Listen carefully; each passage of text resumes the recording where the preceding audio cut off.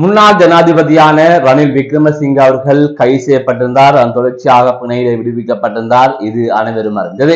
இந்நிலையில் கோட்டபய ராஜபக்ச அவர்கள் தற்பொழுது குற்றப்புலனாய்வு திணைக்களத்தினால் அழைக்கப்பட்டிருக்கின்றார். அவர் கைதாவாரா என்கின்ற கேள்வி எழுந்திருக்கின்றது. அதை தவிர முன்னாள் ஜனாதிபதியின் செயலாளரும் தற்பொழுது விசாரணைக்காக அழைக்கப்பட்டிருப்பதாக தெரிவிக்கப்பட்டிருக்கின்றது. என்ன நடக்கின்றது இது தொடர்பாக விரிவாக பார்க்க இருக்கின்றோம். மற்றொரு செய்தியாக கரோயினுடன் சென்ற ஒருவரை விடுவிப்பதற்காக, அதாவது அவரை கைது செய்யாமல் இருப்பதற்காக அவரிடமிருந்து 20 லட்சம் ரூபாய் லஞ்ச பணம் கேட்டதாக 3 அதிகாரிகள் கைது செய்யப்பட்டிருக்கிறார்கள். இந்த சம்பவம் யாழ்ப்பாணத்திலே பதிவாகி இருக்கின்றது. இது தொடர்பாகவும் பார்க்க இருக்கின்றோம். அதுதவிர யாழ்ப்பாணத்தில் கரோயின் மற்றும் ஐஸ் போதைப் பொருளுடன் பெண் உட்பட, அதாவது யுவதி உட்பட 3 கைது செய்யப்பட்டிருக்கிறார்கள். இது தொடர்பாகவும் இதிலே பார்க்க இருக்கின்றோம். அதுதவிர போலீஸ் நிலையத்திற்கு அருகிலே துப்பாக்கி சூட்டு சம்பவம் ஒன்று பதிவாகி இருக்கிறது. அதிலே நபரொருவர் ஸ்தலத்திலே பலியாகி இருப்பதாக தெரிவிக்கப்பட்டிருக்கின்றது. இவை தொடர்பாகத்தான் இந்த தொகுப்பில் விரிவாக பார்க்க இருக்கின்றோம். அதற்கு முதல் ஜேகே ரிப்போர்ட் எனப்படுகின்ற இந்த யூடியூப் சேனலை இதுவரை யாராவது சப்ஸ்கிரைப் செய்யாமல் பார்த்து கொண்டிருந்தால் சப்ஸ்கிரைப் செய்து கொள்ளுங்கள். தொடர்ந்து அருகில் இருக்கின்ற பெல் பட்டனை கிளிக் செய்வதன் ஊடாக நான் போடுகின்ற ஒவ்வொரு காணொளிகளையும் நீங்கள் உடனுக்குடன் பார்க்கக்கூடிய வகையிலே இருக்கும். நான் நடராசா ஜெயகாந்தன். தற்பொழுது செய்திகளுக்குள்ளே செல்லலாம். அதாவது முன்னாள் ஜனாதிபதியான கோட்டபாய ராஜபக்ச அவர்கள் குற்றப்புலனாய்வு திணைக்களத்திற்கு அழைக்கப்பட்டிருக்கிறார். இந்த செய்தி தற்பொழுது பெரும் பரபரப்பை ஏற்படுத்தி இருக்கிறது. அதற்கு காரணம், ரணிலின் கைதுக்கு முன்னர் இவ்வாறு யாராவது அழைக்கப்பட்டால் அவர்கள் வாக்குமூலம் அளித்துவிட்டு சென்று விடுவார்கள் என்பதுதான் மக்களின் பார்வையாக இருந்தது. அதே போல பலரும் சென்று கடந்த காலங்களில் இவ்வாறு வாக்குமூலம் வழங்கி இருக்கிறார்கள். முன்னாள் ஜனாதிபதியான மைத்ரிபால சிறிசேன கூட இவ்வாறு சென்று வாக்குமூலம் வழங்கி இருக்கின்றார். ஆனால் ரணில் கைது செய்யப்பட்டதன் பின்னர் இவர்கள் வாக்குமூலம் வழங்க சென்றால் அப்படியே கைதாகி விடுவார்களா என்கின்ற எதிர்பார்ப்பு கேள்வி மக்கள் மத்தியிலே இருக்கின்றது. அந்த வகையில் ரணில் விக்ரமசிங்க அவர்கள் குற்றப்புலனாய்வு திணைக்களத்திற்கு விசாரணைக்காக அழைக்கப்பட்டு பின்னர் கைது செய்யப்பட்டு அதன் தொடர்ச்சியாக விளக்குமறையில் வைக்கப்பட்டிருந்தார். அதற்கு பிறகாக எதிர்கட்சிகள் எல்லாம் ஒன்று கூடி போராட்டங்கள் எல்லாம் நடத்தி அதன் தொடர்ச்சியாக அவருக்கு பிணையும் வழங்கப்பட்டிருந்தது. இந்த நிலையில்தான் கோட்டபய ராஜபக்ச அவர்கள் குற்றப்புலனாய்வு திணைக்களத்திற்கு அழைக்கப்பட்டிருக்கின்றார். எப்போது அவரை வருமாறு அழைத்திருக்கின்றார்கள் என்பது தொடர்பான திகதி தற்பொழுது வெளிவரவில்லை. அது தொடர்பான தகவல்கள் எதுவும் கிடைக்கப்பெறவில்லை. கோட்டபய ராஜபக்ச அவர்கள் ஜனாதிபதியாக இருக்கின்ற போது ஒரு போராட்டம் ஒன்று முன்னெடுக்கப்படுகிறது. அதாவது கோட்டா கோகம் என போராட்டம் முன்னெடுக்கப்படுகிறது. அப்போது போராட்டக்காரர்கள் மீது தாக்குதல் நடத்தப்பட்டது. எனவே அந்த தாக்குதல் நடத்தப்பட்ட நேரத்தில் ஏன் அதை தடுத்து நிறுத்தவில்லை என்கின்ற அடிப்படையிலே முன்னாள் பொலிஸ் மா அதிபர் தேசபந்து தென்னகோன் அவர்களிடம் விசாரணை மேற்கொள்ளப்பட்ட நிலையில் அவர் வழங்கிய வாக்குமூலத்தின் அடிப்படையிலே கோட்டபய ராஜபக்ச அவர்கள் இவ்வாறு விசாரணைக்கு அழைக்கப்பட்டிருப்பதாக தெரிவிக்கப்பட்டிருக்கிறது.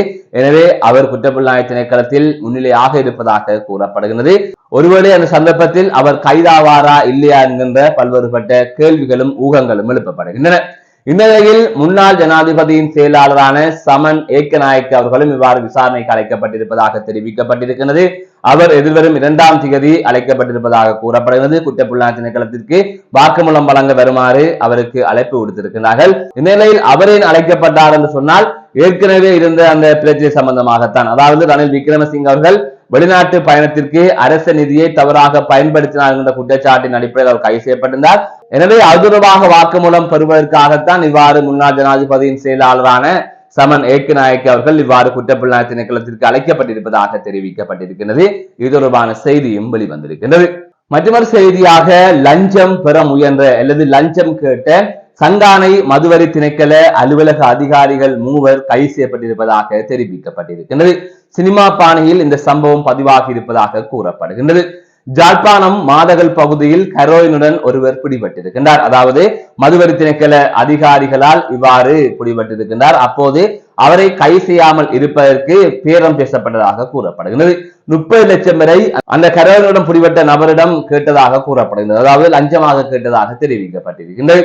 அதற்கு பிறகாக அந்த நபர் கூறியிருக்கின்றார், 30 லட்சம் தர முடியாது, 20 லட்சம் ரூபாய் தருகின்றேன் என்று. அதன் தொடர்ச்சியாக அவர்கள் அந்த 20 லட்சம் ரூபாய் பணத்தினை சித்தங்கேணி பகுதியில் இருக்கின்ற மதுவரி திணைக்கள அலுவலகத்திற்கு கொண்டு வருமாறு கூறிவிட்டு சென்றதாக தெரிவிக்கப்பட்டிருக்கின்றது.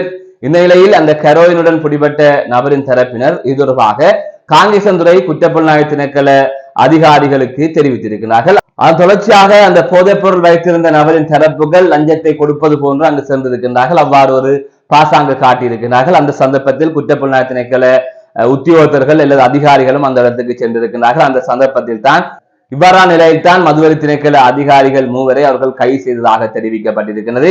இது தொடர்பான மேலதிகமான விசாரணைகள் இடம்பெற்று வருவதாக கூறப்படுகிறது. யாழ்ப்பாணத்தில் இவ்வாறு இந்த ஹெரோயின் போதைப்பொருள் சென்றவரை பிடித்து லஞ்சம் கேட்ட இந்த சம்பவம் பெரும் பரபரப்பை ஏற்படுத்தி இருக்கின்றது. தற்பொழுது யாழ்ப்பாணம் உட்பட இலங்கை முழுவதும் போதைப்பொருள் பாவனை என்பது மிக அதிகரித்திருக்கின்றது. அதற்கு காரணம், அதாவது மிக முக்கியமான காரணம், இந்த பாதுகாப்பு கடமையில் ஈடுபடுகின்றவர்களே அதற்கு உடந்தையாக இருக்கின்றார்கள்.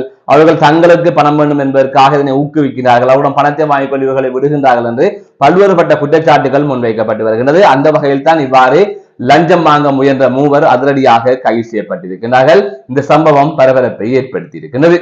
மற்றொரு செய்தியாக, யாழ்ப்பாணத்தில் ஐஸ் மற்றும் ஹெரோயினுடன் 25 வயது யுவதி உட்பட மூவர் கைது செய்யப்பட்டிருக்கின்ற சம்பவம் பெரும் அதிர்வலைகளை ஏற்படுத்தி இருக்கின்றது.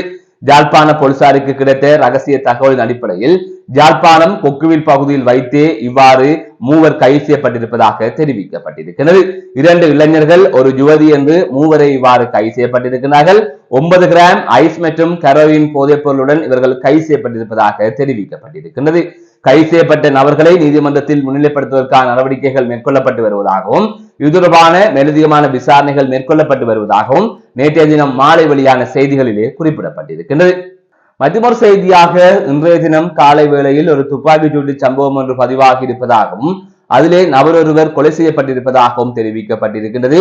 இந்த சம்பவம் காவல் நிலையத்திற்கு அருகிலே பதிவாகி இருக்கின்றமை பெரும் அதிர்வலைகளை ஏற்படுத்தி இருக்கின்றது. புத்தளம் வெண்ணப்புவ பொலிஸ் நிலையத்திற்கு அருகில் தான் இந்த சம்பவம் பதிவாகி இருப்பதாக கூறப்படுகின்றது. நீதிமன்றத்தின் உத்தரவின் அடிப்படையில் பொலிஸ் நிலையத்தில் கையொப்பமிடுவதற்காக நபர் வந்திருக்கின்றார். அவருடன் மற்றொரு நபரும் வந்ததாக தெரிவிக்கப்பட்டிருக்கின்றது. இவ்வாறு வந்து அங்கு கையொப்பம் விட்டதன் பின்னர் இருவரும் மோட்டார் சைக்கிளில் வீடு நோக்கி பயணித்துக் கொண்டிருக்கிறார்கள். அந்த சந்தர்ப்பத்தில் தான் பொலிஸ் நிலையத்திலிருந்து புறப்பட்டு சிறிது நேரத்தில், அதாவது பொலிஸ் நிலையத்திற்கு அருகிலே காரில் வந்தவர்கள் அந்த மோட்டார் சைக்கிளை மோதி இருக்கின்றார்கள். அப்போது விபத்து ஏற்பட்டிருக்கின்றது. அந்த தொடர்ச்சியாக அந்த மோட்டார் சைக்கிளில் பின்னால் இருந்த நபரை கூறிய ஆயுதத்தினால் தாக்கி இருக்கின்றார்கள். அந்த நபர் அங்கிருந்து தப்பி ஓடி இருக்கின்றார். மற்றொரு நபரை காருக்குள் இருந்தவர் துப்பாக்கியால் சுட்டதாக தெரிவிக்கப்பட்டிருக்கின்றது. இந்த நிலையில் சம்பவ இடத்திலே குறித்த நபர் உயிரிழந்திருப்பதாக தெரிவிக்கப்பட்டிருக்கின்றது. தவிர குறித்த நபர் தொடர்பான வழக்கு விசாரணையின் தீர்ப்பு எதிர்வரும் 9ஆம் தேதி வழங்கப்பட இருந்ததாக கூறப்படுகிறது. இந்த நிலையில் தான் இப்படி ஒரு சம்பவம் பதிவாகி இருப்பதாக தெரிவிக்கப்பட்டிருக்கிறது. இதன் பின்னணி என்ன, எதற்காக இந்த துப்பாக்கிச்சூட்டு சம்பவம் மேற்கொள்ளப்பட்டது என்பது தொடர்பான மேலதிகமான விசாரணைகள் இடம்பெற்று வருகின்றது. இந்த சம்பவம் அப்பகுதியிலே பெரும் அதிர்வலைகளை ஏற்படுத்தி இருக்கின்றது. தொடர்ந்து துப்பாக்கிச்சூட்டு சம்பவங்கள் எமது பகுதிகளில், அதாவது எமது நாட்டில் பதிவாகிக் கொண்டே இருக்கின்றது. இந்த துப்பாக்கிச்சூட்டு கலாச்சாரத்துக்கு முற்றுப்புள்ளி வைக்க வேண்டும் என்பதே பலரது கோரிக்கையாக இருக்கின்றது. தவிர ஏற்கனவே போதைப்பொருள் சம்பந்தப்பட்ட 2 செய்திகளை நாங்கள் பார்த்திருப்போம். இரண்டுமே யாழ்ப்பாணத்தில் இடம்பெற்ற சம்பவமாக இருக்கின்றது. எனவே அதிகாரிகள் லஞ்சம் வாங்குவது தொடர்பாக ஒரு செய்தியை பார்த்தோம். மற்றொரு பக்கம் யுவதி இளைஞர்கள் கைது செய்யப்பட்ட செய்தியை பார்த்தோம். ஆகையால் யாழ்ப்பாணம் எவ்வளவு தீவிரமாக இந்த போதைப் பொருளுக்குள் சிக்கிக் கொண்டிருக்கின்றது என்பதை இதன் மூலமாக அறியக்கூடிய வகையில் இருக்கின்றது. தொடர்ந்து போதைப் பொருட்களுடன் யாழ்ப்பாணத்தில் பலர் கைது செய்யப்படுகின்றார்கள். அதனை தாண்டி பலர் பாவிக்கின்றார்கள், விற்பனையில் ஈடுபடுகின்றார்கள். இது தொடர்பாக சரியான நடவடிக்கைகள் மேற்கொள்ளப்பட வேண்டும். அதுவரை யாழ்ப்பாணத்தை காப்பாற்ற வேண்டிய ஒரு தேவை இருக்கின்றது. இளைஞர் யுவதிகள் சீரழிந்து கொண்டு இருக்கின்றார்கள். இந்த போதைப் பொருளால் பல குற்றச்செயல்களும் இடம்பெற்றுக் கொண்டிருக்கின்றது. இலங்கை முழுவதிலுமே இந்த போதைப் பொருள் பாவனை என்பது இருக்கின்றது. யாழ்ப்பாணத்தில் தற்பொழுது அதிக அளவில் இருக்கிறது. இலகுவாக அதனை பெறக்கூடிய வகையில் இருக்கிறது. பொது வழியில் அதனை நுகர்கின்றார்கள் என்கின்ற குற்றச்சாட்டுகளும் தொடர்ந்து முன்வைக்கப்படுகின்றது. எனவே இது தொடர்பாக சரியான நடவடிக்கை எடுக்க வேண்டும் என்பதுதான் பலரது கோரிக்கையாக இருக்கின்றது. மீண்டும் ஒரு காணொலி சந்திக்கின்றேன். நான் நடராஜ் ஜெயகாந்தன்.